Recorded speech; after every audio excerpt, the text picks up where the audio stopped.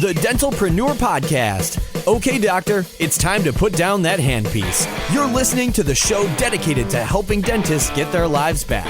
It's time to decrease your stress, increase your profitability, and regain your passion. Now introducing your host, Dr. Mark Costas.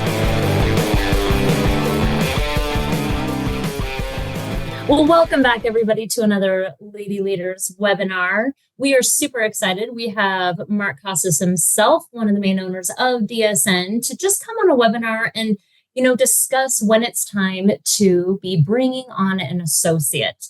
And as everybody knows, I kind of make these agendas, well, I should say kind of the schedule for webinars, usually a whole year ahead of time.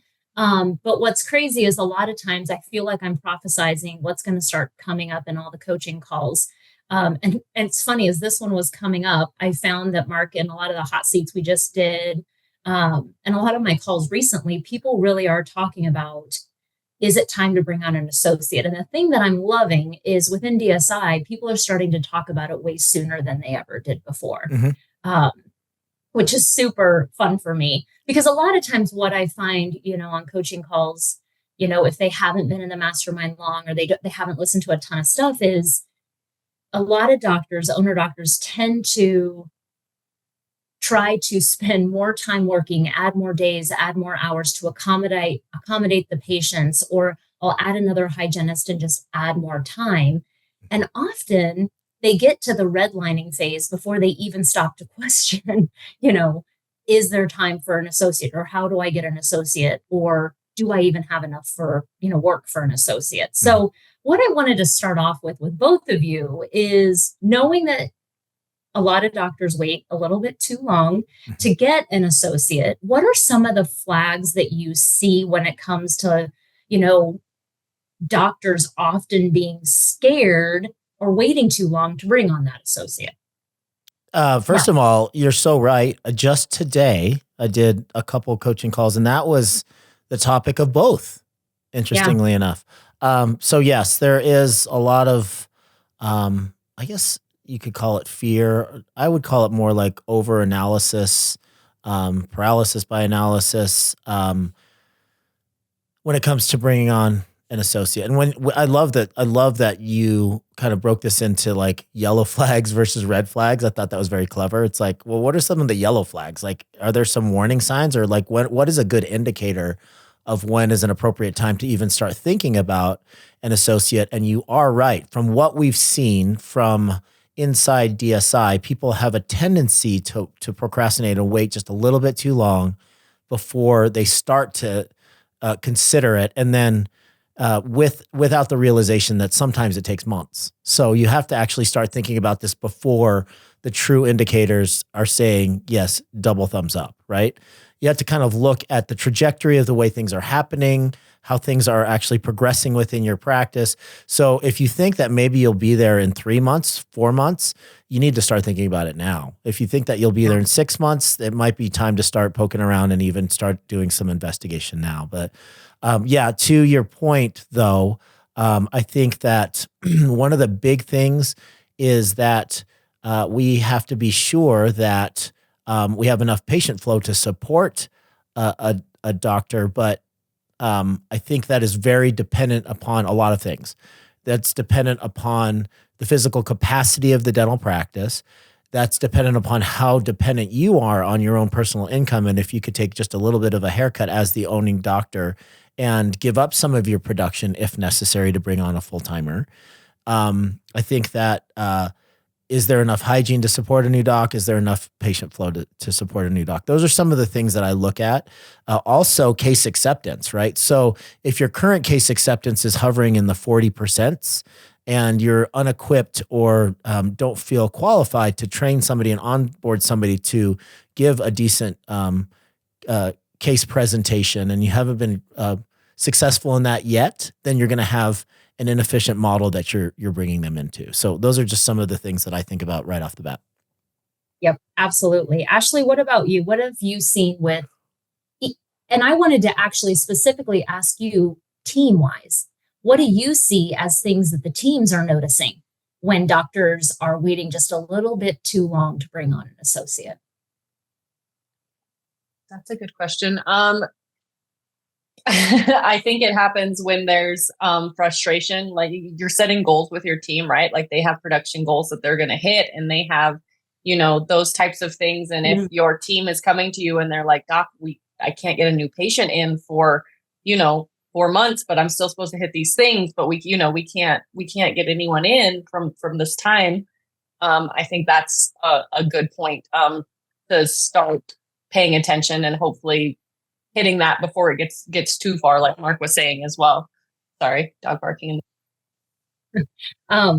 Well, and the thing that I find is, and I obviously for myself, but then, to both of your points is from the team standpoint, a lot of times we start to, when we're redlining, they're redlining. So when we're running 2-3 columns, trying to fit more in, trying to squeeze it in, I always joke if the whole, like, we once in a while have to work through lunch means we always work through lunch. Mm-hmm. We once in a while add emergencies at the end of the day turns into we're always doing that. Teams often start to feel the effects of that. What used to be once in a while is now becoming all the time. Mm-hmm. The other thing that I find is teams will start to complain of there's no time to actually work on implementation.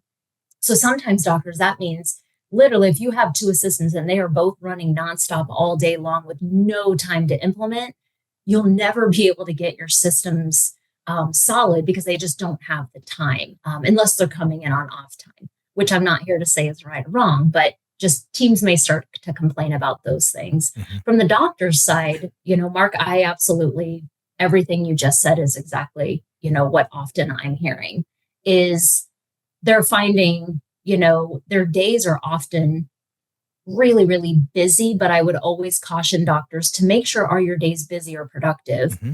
Once, what you said too is I'm always looking at, if you're having a busy day, but you're hitting your goals, then you are probably in a good position to be able to give some work to somebody else and equip them well.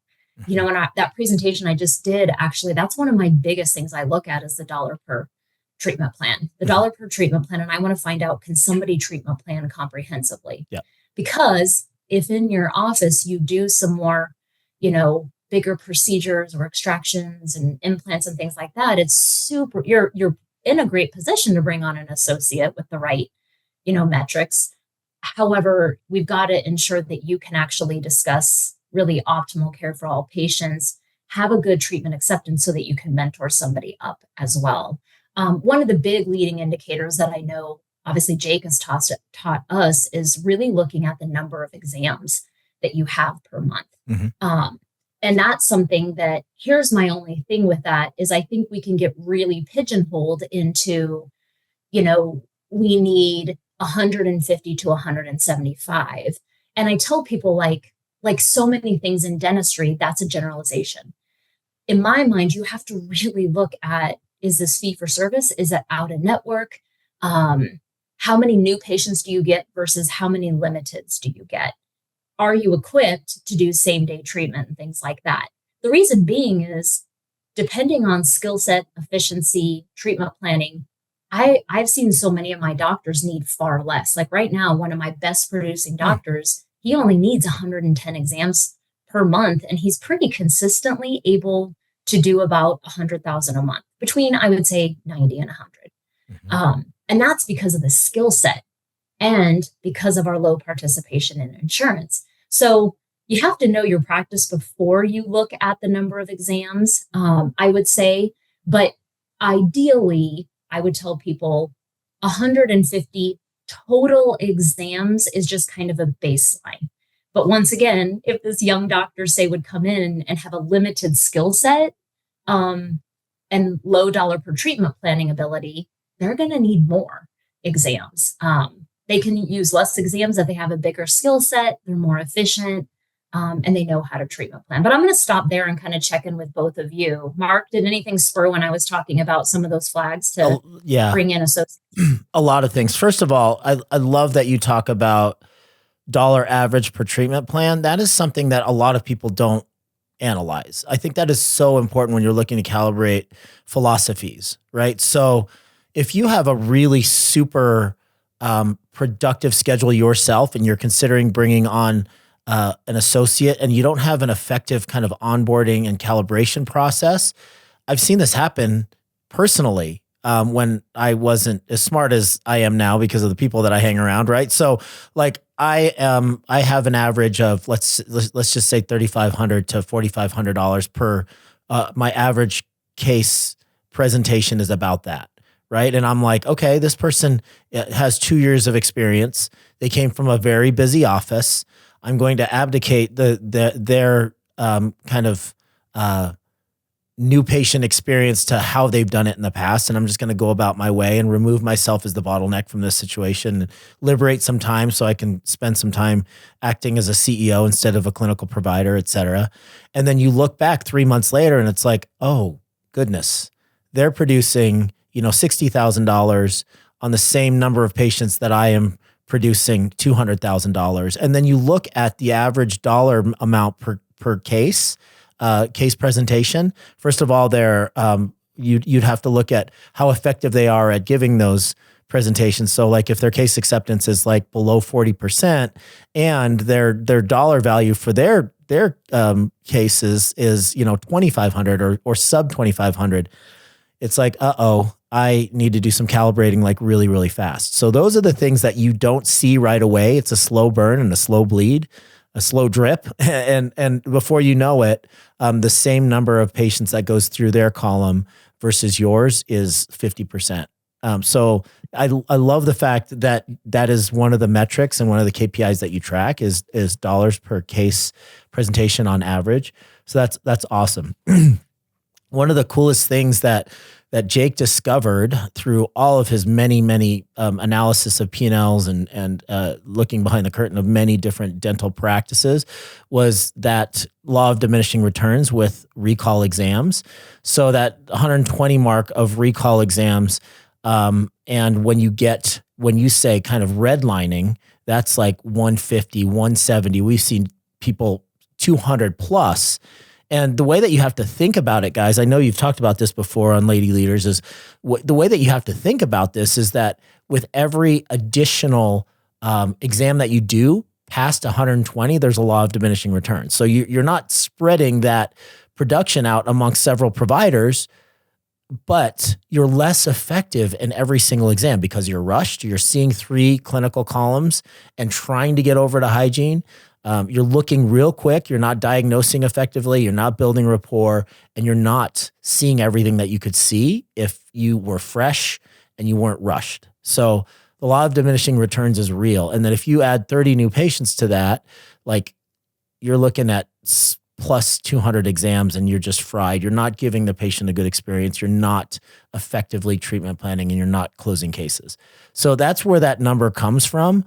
And this is after looking at hundreds and hundreds of dental practices. And this is just a trend that we've noticed. Jake was really good at spotting that. So those are just some of the things that I totally agree with you. And these are some of the things that you have to think about when you're bringing on associates. But the sooner that you can remove yourself as the bottleneck, if you can calibrate correctly, if you can get your philosophies in line at the very beginning, those are some of the risks that you can overcome before they even catch their stride. And I mean, that's even in your interview process, being able to understand philosophy of care. And one thing that I think is so important is when you're bringing on an associate, they've gotten very used to the language of other offices that aren't in the DSN network. Yeah. And what they're used to is, I want 2 columns of hygienists, 2 columns of hygiene, or I need as many new patients as possible, which by the way, also gets in the way of when you're ready to bring on another associate. So it's super important for them not to see it as hygiene columns, but rather what's the number of exams that's your sweet spot? Because what Mark and I were saying is, it's so subjective based on the doctor themselves, their capabilities, their efficiencies, and their skill set. So I tell doctors all the time, by tracking their numbers, it's not about how much volume, it's about what do I do with it? Because to your point, and I just got done with this presenting at the mastermind about how actually what I find is a lot of time recall exams can actually have really high dollar per exams because so often they were quick checks for year after year after year. Yeah. They weren't almost given that fresh set of eyes. And we find a lot of times when that new doctor comes in, depending on how they do it, they can find a lot of things just because we were so rushed. It starts to tank your own production because you can't get up that many times to do exams. And the other thing is you can't effectively see limited exams. You get them in your schedule and you can't turn over same day treatment. So I say, if all of these things are happening, you look at your total exam count, you can't do same day treatment. You can't treat limiteds, which in my opinion is one of the biggest practice builders ever. If you can't do that, it may be time for an associate. Ashlee, I'm going to check in with you because as we're both saying this, you always have a different point of view. Anything that's come up for you with it? So something I've noticed too is, my big expertise is determining when people need a personal or executive assistant, right? And I feel like some of the same things start to cross over with regards to an associate. And it's that you're starting to feel, overwhelmed. You're starting to really hate seeing those interproximal fillings on your schedule because, you could be doing more and higher production things. And it's kind of those are those little yellow flags like, like I'm feeling really overwhelmed. And like you said, sometimes work through lunch turns into always working through lunch. It's a form of delegation, bringing on these associates and learning good delegation skills, like you would with any type of assistant or OM. It's kind of the same with the associate. So starting to notice those little feelings you're having of dreading certain types of appointments or dreading the working through lunch, like it's kind of a soft thing, like, oh, listen to your gut and trust your feelings. Well, at least it gets you to then look at your numbers and see where you're at. But it's just kind of starting to notice those things. So then you do, like you said, have time 3-4 months before you actually are like, holy S word. Like you're making me not cuss now, Summer, to not get an associate. Son of a seahorse. Son of a nutcracker. Exactly. Well, you don't get to that point. But I find that, a lot of times there really is, whether it be, like you said, some sense of, overanalyzing. Often there really is fears of doctors. And I think it's, the things I've heard is, if I'm honest, I hear doctors say all the time, I'm scared to bring an associate in because I've worked so hard to build this reputation. Yes, I'm feeling all those things. Yes, all that's happening, but I've worked so hard. I'm scared that a bad review or 7 or 12 are going to come in. I have a fear of losing money. I have a fear of the team not liking them. I have a fear of now all of a sudden I'm, monitoring somebody else. Those are some of the fears I've heard. What about you guys? Yes. And all of that I've heard and I've experienced those feelings myself. One of the things that I say often is that part of the overanalysis and procrastination that comes when this decision needs to be made and you're overdue and the yellow flags are starting to turn orange and they're about to be very red, is that I think it's important for people to recognize that no HR decision has to be permanent, right? Mm-hmm. So if there is a misstep and somebody squeaked through the filtering process and they're not ideal, you don't have to stay with this person. You can, free them to a new future, even if it's after only a couple of months. If they are a great culture fit, but clinically, no matter how much mentorship you've provided them, they just aren't working out and there's a bunch of redos and you have to fix those. That's a pain in the butt, but that's not the end of the world. And if you have a good recruitment and filtering process, if you have a great training and onboarding process, that's going to decrease the likelihood that those negative things are going to happen. But if they do happen, it's happened to all of us. I mean, I've probably had 50 associates in my career and, probably less than 10% have washed and not turned out great, but some of them do. Mm-hmm. Some of the times that I really worried was when, they're moving from across country and they're pulling kids out of school. Wife is going to leave their well-established job and get a new job in your area, and you're taking kind of a risk that way. Those types of situations made me a little bit more nervous, but that only happened to me a couple times. Other than that, HR decisions do not have to be permanent decisions. So you don't have to lay awake at night for 6 months wondering if it's the right decision. Just pull the trigger after you've gone through the proper kind of protocols, and the rest is going to be chance. And sometimes it works out and sometimes it doesn't. And that's okay. Yep. I have to add to that too, Mark. I mean, that example too of when you were moving someone across the country, because I was there. I remember this. Yes. You know exactly who I'm talking about. Yeah. I know exactly what you're talking about. It gives you more motivation too to make this work. You're going to put, more energy into your onboarding process, and Lord knows the onboarding of an associate is like its own webinar in itself. But, if you have your protocols lined up and you have,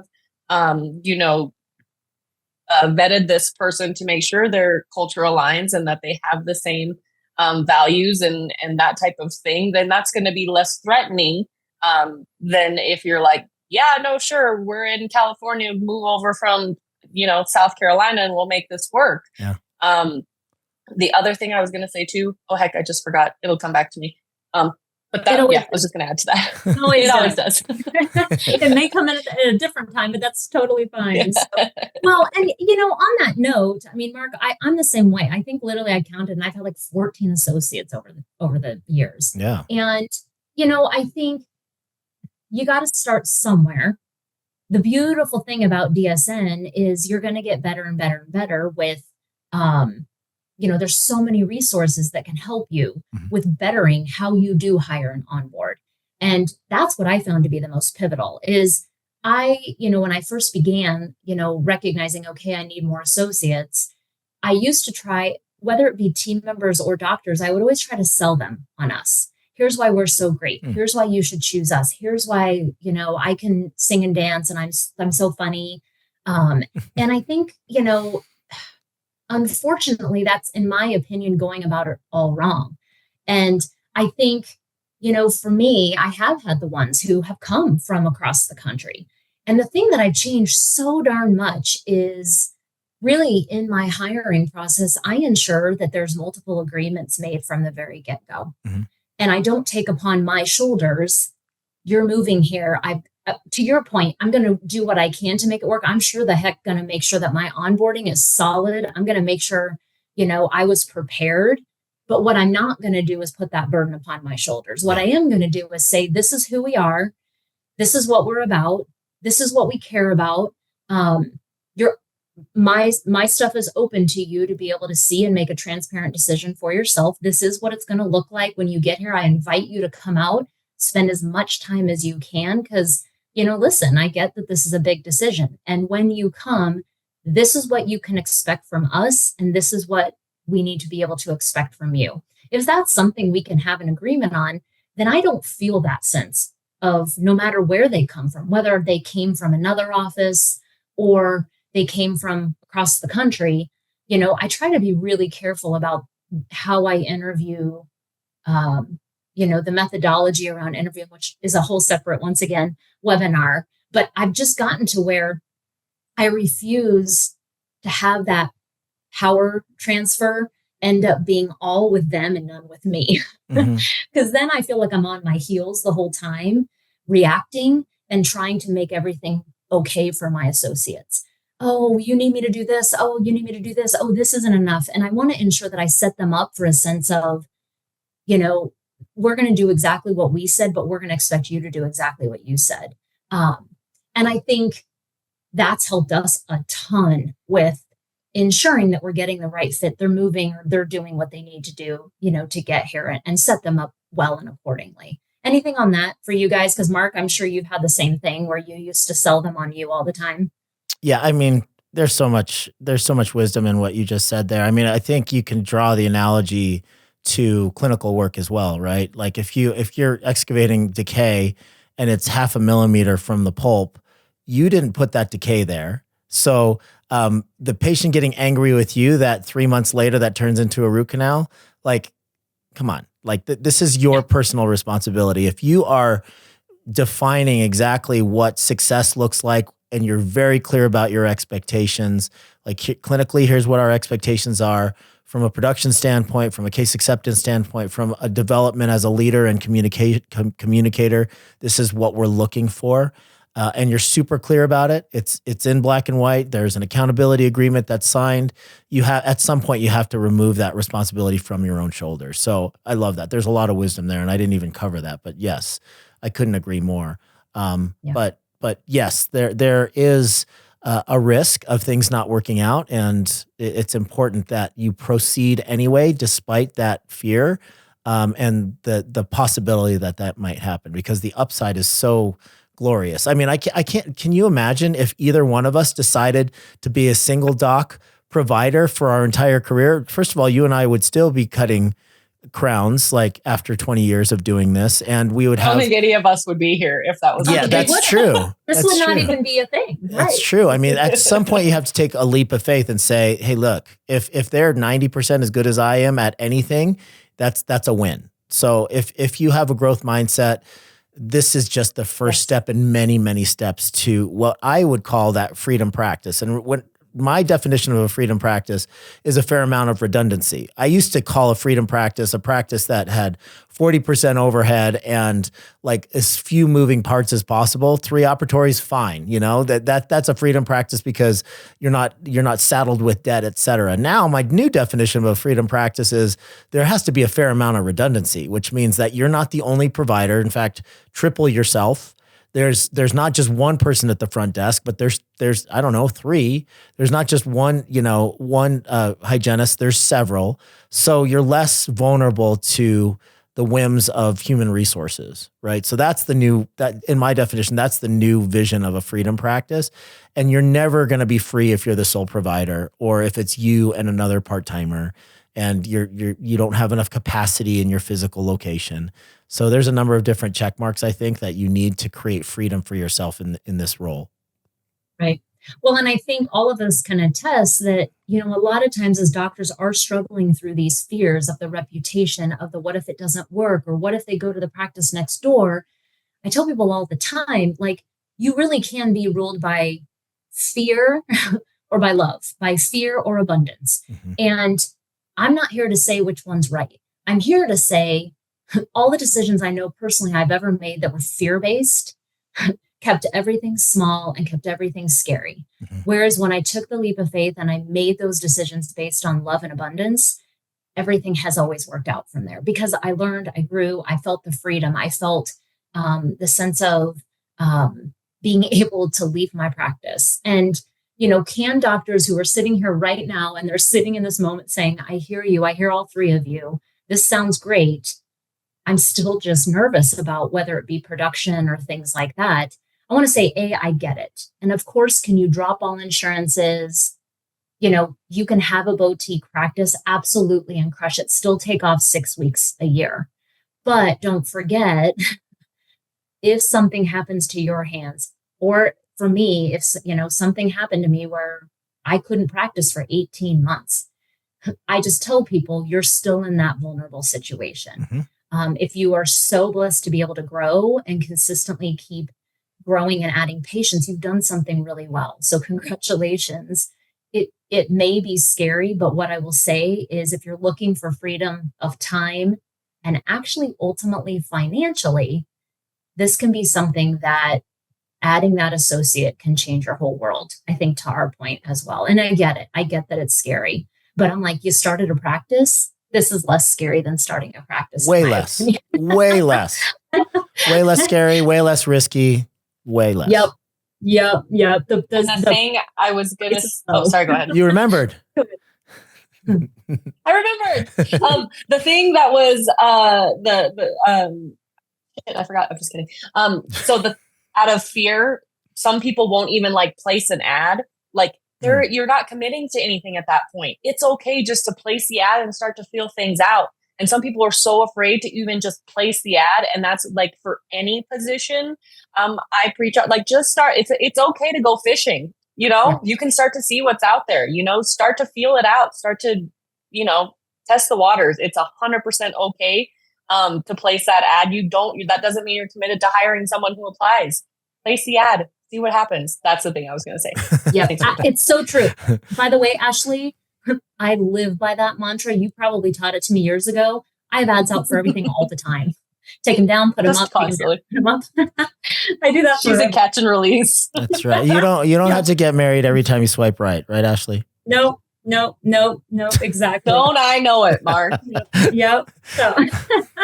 So yes, I mean, that is absolutely the point. But, I think that don't let the fear keep you from making the decision to potentially give yourself more freedom. And on that note, one of the questions I get, because I see that we've actually covered a lot of this just in our conversations, but the consequences are big for continuing to redline for your team, for you and your family, I think.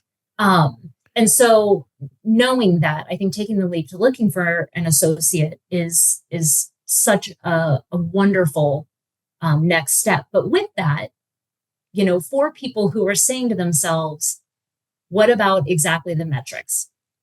Well, we talked about number of exams. We've talked about production. We've talked about new patients not being able to get in. Mm-hmm. One thing that I will say is if you're currently a 5-day-a-week doctor, you very likely are, depending on number of exams, you're probably ready for that associate. You'll likely be able to cut back a day and automatically add that to the associate. And I tell people, to Mark's point, if they like just kind of loose numbers, I say, if you can produce 80% of what you did before in 1 day less, that's a great start. So let's pretend you work 4 days a week and you produce, I have no idea, 100,000 a month.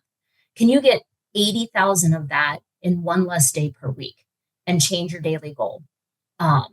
In my opinion, that's a great place to start, especially if you do some bigger procedures, even like extractions and bone grafts and things like that.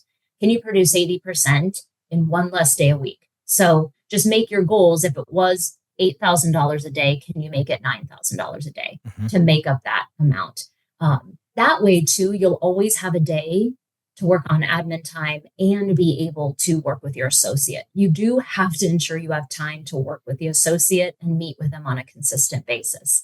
Sometimes I see general doctors continue to crank so hard, keeping up with that 4 or 5 days a week, that they never have time to hardly sit with their associate, watch them, listen to them, take time with them consistently. So those are kind of some loose metrics. If you're thinking to yourself, I'm scared about losing production. Anything else on that for either of you? Yeah, I could talk about this particular point for a really, really long time. So if you're thinking about, I love your analogy here, or the round number that you selected. So let's just say that you are currently producing $100,000 a month. You need to make a little bit of room for the associate as far as new patient flow and hygiene checks, et cetera. So let's just say that you shave off 20% of that production. So you now drop to $80,000. So if you're paying yourself like usual and customary associate, you're going from $30,000 a month to $24,000 a month. Okay. So that's a $6,000 delta. At some point, if you can handle that delta for the seasoning period, as you're bringing this associate up to speed, and you're keeping your overhead and your profitability ranges reasonable, between 50 and 55%, there is a point, it doesn't happen right away, guys. So don't be under the impression that's going to happen in 30 days. It might take 3 months. It might take 4 or 5 months. But at some point when this associate starts ramping up and they become a real producer within your dental practice, they're going to start to become a profit center for your practice. So at some point, you're going to recover that $6,000 delta and then some. And then you can think about, well, I went from 5 to 4. I would really love the lifestyle of going from 4 to 3.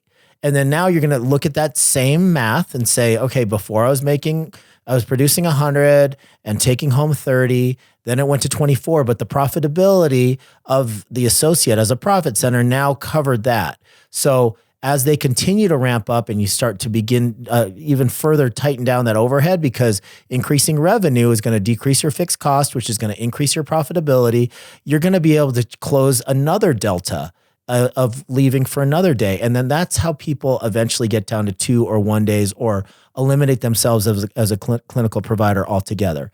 If you have the physical capacity for it, it can happen sooner than later, especially if you have a good demographic where new patients is no problem. But at some point, even decreasing your days is going to increase your actual take-home income if you do this the right way, if you execute well. We see it happen almost all the time. Truly. And that's why it is so important to that point that I tell people, you can't keep working every day clinically and expect this to happen as easily. What's funny is it feels counterintuitive to take time off and I tell people, because on that CEO day or whatever, you're simultaneously doing exactly what you said. You're mentoring that doctor to start being a profit center as quickly as possible. That doesn't happen if they don't have face-to-face time with you consistently, if you're not listening, if you're not mentoring, if you're not, helping them with hygiene exams. But then also, this was my kind of secret sauce was I simultaneously was able to consistently work on overhead and systems in the practice on that day to make things tighter and more efficient while working with my first associate to get her as profitable as possible. And so it seems counterintuitive to reduce time to make that happen, but it happened exactly like you said, because that was the magic of DSI for me in the beginning, was helping me learn how to actually end up making more money without the use of my own hands. And it really just becomes, a numbers game, but then an intentionality game too, being really intentional about that CEO day and doing those two things, lower overhead, help mentor that associate as much as possible. And it's formulaic. It's not only formulaic, but it's just arithmetic, right? The cool thing is that we can literally tell you like, okay, your delta is going to be $6,000. That means the associate has to produce this much, which is going to increase your profit by this much, which is going to take this amount of time to get to there. And it's formulaic. There's no voodoo to it. Like it's all math. It absolutely is. And I always joke with people. I'm like, everybody here knows I threw in my first associate terribly because I had to literally leave to go have massive surgeries in California. And so I did it terribly, and it still was able to work out just from a number standpoint once I was able to see, what was going on. Yeah. So people here have so many more resources too, to be able to kind of help with that as well. And so, truly, hopefully everybody's starting to feel that fear lessen. Ashlee, anything with what the two of us have been talking about before I wrap it all up? Just to tag on, it goes back to effective delegation in any capacity. And I give a talk on delegation. And, one of those things is providing them with the tools to be successful and then following up and giving feedback, which in this case is, calibration. And you guys touched on that, of course. And if you're not dedicating that time to calibrate and giving them the tools to be successful, which is your information on where you want them to be and how you're seeing things, then it's not necessary, you're not necessarily setting them up for success. Also, Summer, we have a question here too, with regards to, do we have any suggestions as far as where to post and where to find an associate, especially in rural areas? Caitlin has tried Indeed, Practice Matchmaker, Rep, School, DDS Match, Paul Goodman's service. Do you have anything outside of the box that has worked for you, or is it just kind of that constantly looking like you talked about? And Mark might have some too, because I think, he was in kind of a rural area too. One, I always say, look at your ad first and foremost, and be really careful who it's speaking to and then where you're placing it. Where do the people who you would want to attract hang out? Not just kind of just put it everywhere. Shotgun. Yeah. Honestly, Paul Goodman, next time I need an associate, I'll be using his services, but I've heard people have really great results with him. And then the third one that I tell people is talk to all your reps. Tell every rep hey, especially if there's any corporate offices anywhere in an hour radius. I tell people to tell your reps. Okay. So again, I feel like I could talk about this for hours and have a whole episode just on this one particular subtopic. I do think that if you're looking at ads side by side, if your ad is no different than another ad and your offering is no different than another offering, and there's nothing even tantalizing enough for them to get to call you versus another ad, there's a good chance it's going to fall flat.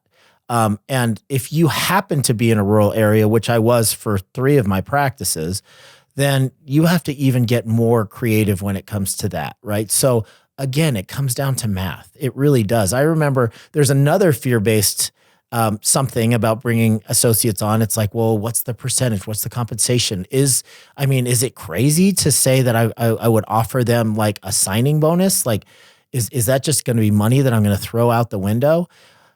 Once again, you have to have a really, really good reason or good way to separate yourself from the masses that are looking for associates, especially if you're in a rural area. So if that means signing bonus, if that means flexible hours, if that means more paid vacation, if that means a slightly higher percentage when it comes to compensation, there needs to be something that you come up with as like a radical differentiator. And when it comes to something like, let's just say a signing bonus, okay, there's ways to do it that decrease the actual risk. You could amortize that out over 6 or 12 months. So I know it's crazy, but I had a $20,000 signing bonus. And this was, for the last 5 years that I owned dental practices. And it worked out really, really well because I amortized that over 24 months. They had a $20,000 signing bonus. And every month that they stayed, they got a little bit more of a bump on their paycheck for that actual signing bonus. But I mean, the $20,000 signing bonus got people to answer that ad and consider moving to a rural area. And then they realized that it was a great area to live. And we had tons of production and lots of new patients for them. And that happened to be my radical differentiator. But you do have to look at the math. So if I'm looking at, oh my goodness, that's an extra $2,000 a month I'm going to be paying towards a signing bonus for 20 months. Or for 12 months, that's crazy. I don't know if I could even stomach that. It's like, we'll do the math. Like, how much is one associate, even if they're a semi-decent associate producing $75,000 a month, how much value are they going to add to your practice as far as profitability if you're at a 50% overhead, if you're at a 55% overhead, if you're at a 60% overhead? I guarantee that $2,000 per month for that signing bonus is going to be insignificant. So those are the sorts of things that you need to make sophisticated business decisions about something that you may feel emotional about. Like, I was never offered a $20,000 signing bonus. Why should I offer some brand new kid out of school a $20,000 signing bonus? Well, here's the reason, and here's the potential upside for that. So again, I could talk about this forever. Sorry, I didn't mean to. Yeah. Yeah. And then the last thing too is also don't be married to your ad. Listen, I know that your magic is in doing dentistry, but that doesn't, and you wrote this beautiful ad and it's incredible and you're so proud of it. If it's not working, change it up. ChatGPT is a magical force of magicalness. Just ask it to rewrite it. Ask it to revamp it. Ask it to do it in a different voice. Don't be married to your ads. If it's not working, change it up. Yeah. Well, and for the person in the rural area, and if you have any corporates that are around, speak to exactly those doctors who are looking for a reason to leave, but are just not sure why. And that's where I'm always like, truly speak to that person. And I say, what are their pain points? Put yourself in their shoes. And if, by the way, you are ever in their shoes, then you know the pain points. Are you tired of blank? Are you looking for this? And literally write out what would be their pain point and what would be the paradise that they're looking for. Write that all out and make that your ad and let it speak to them. And to Mark's point, like, I'll have to admit, we couldn't always offer, in the beginning, some of these big, giant things. So instead, I talked to my accountant. He's like, what if you offer them tuition reimbursement? By the way, that's a really great tax strategy as well. And you can put that right in the ad. Hey, are you looking for tuition? I'm having a moment right now. Like student loan reimbursement? Thanks. Yeah, thanks. Yeah. That's what I'm going to say. Yeah. I'm blaming Vegas Air. I don't know. But it's definitely Vegas Air. Thank you. That's what I'm meaning. But that's actually a really great tax incentive. And for a lot of people under 5 years, it's something that would really speak to them. But things like that, I made a flexible benefit package because I knew some younger doctors, what speaks to them is not always the 401k. It might actually be help with childcare because they have really little ones, or it might be help with, something beyond CE, like in-office CE because they can't travel, especially if you have young moms. So like, what are the pain points? What could actually speak to the generation of the people that you're looking for and change your benefit package to actually, sometimes it doesn't end up costing more. It just speaks better to the people that you're actually looking for. Whether it be, like I said, gym memberships or flexible time off was a huge one. And I gave them some days of paid time off at $500 a day. The thought that they could have paid time off was huge for some of them. Mm-hmm. So to Mark's point, like sometimes we can get in our own way of thinking like, I never had anything like that, but it is what it is.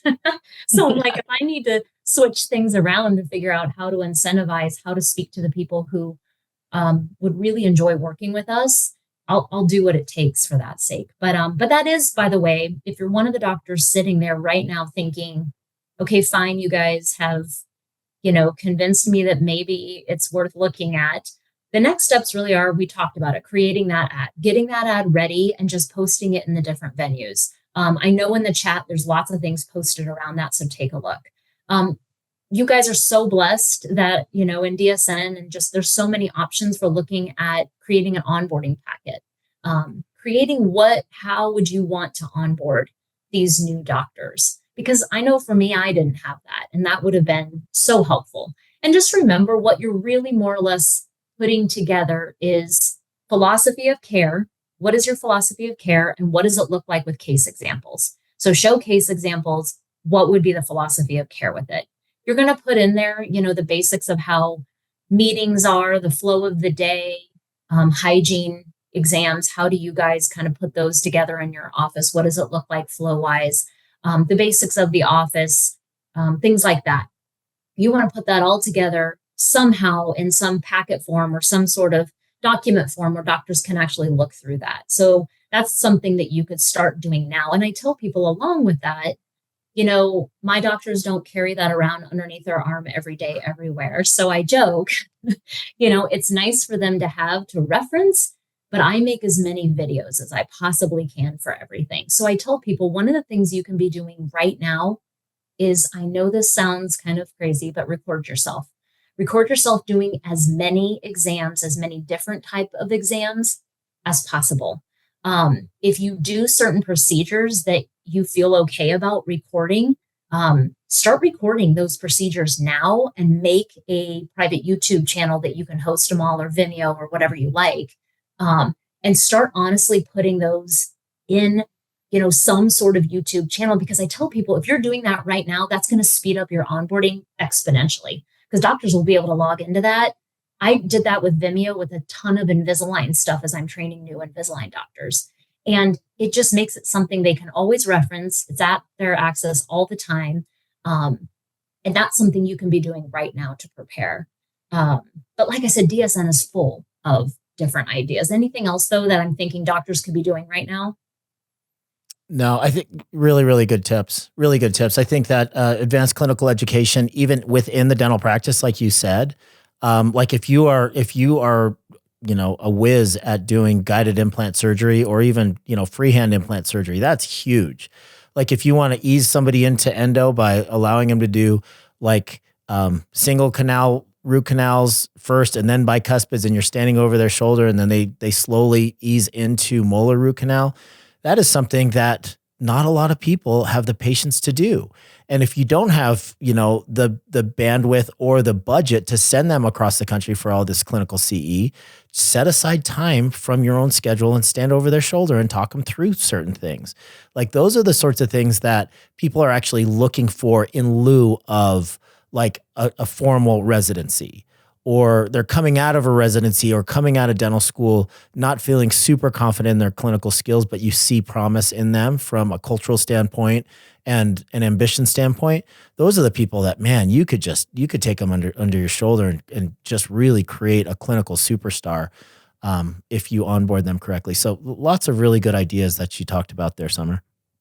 Yeah. And I think so much forgive me. Sorry. No, just to add to that too, those things that you do that you think are super easy, you're like, oh man, I could do that in a heartbeat. Those are the things that, sometimes not everyone does things as super easy as you do. And, sometimes it's like you overthink that, maybe someone might not know how to do that, but if you find something super easy, or you've, a system or a routine that you have down, those are really great places to start as well.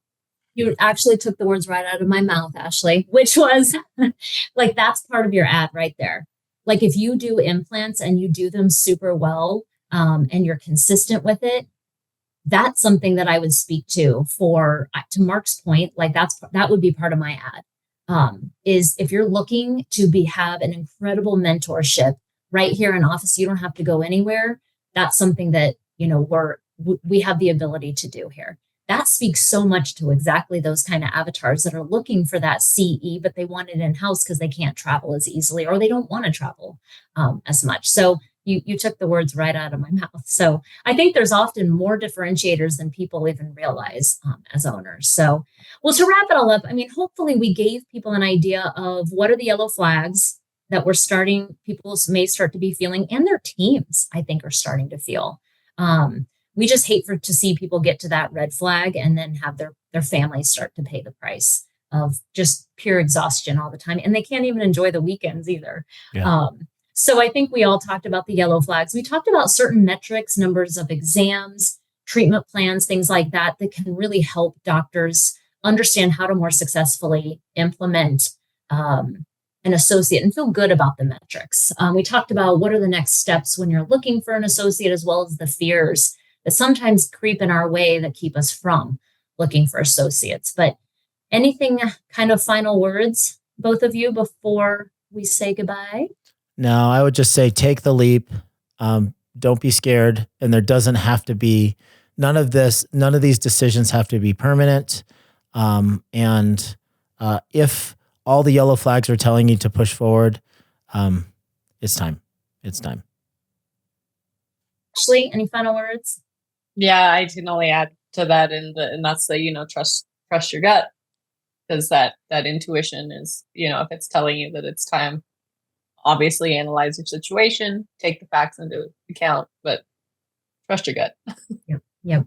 Well, awesome. Well, hopefully there's some good information there for everybody, some good stuff in the chat box, I know too. So thank you both for making the time. I'm super, super grateful for both of you.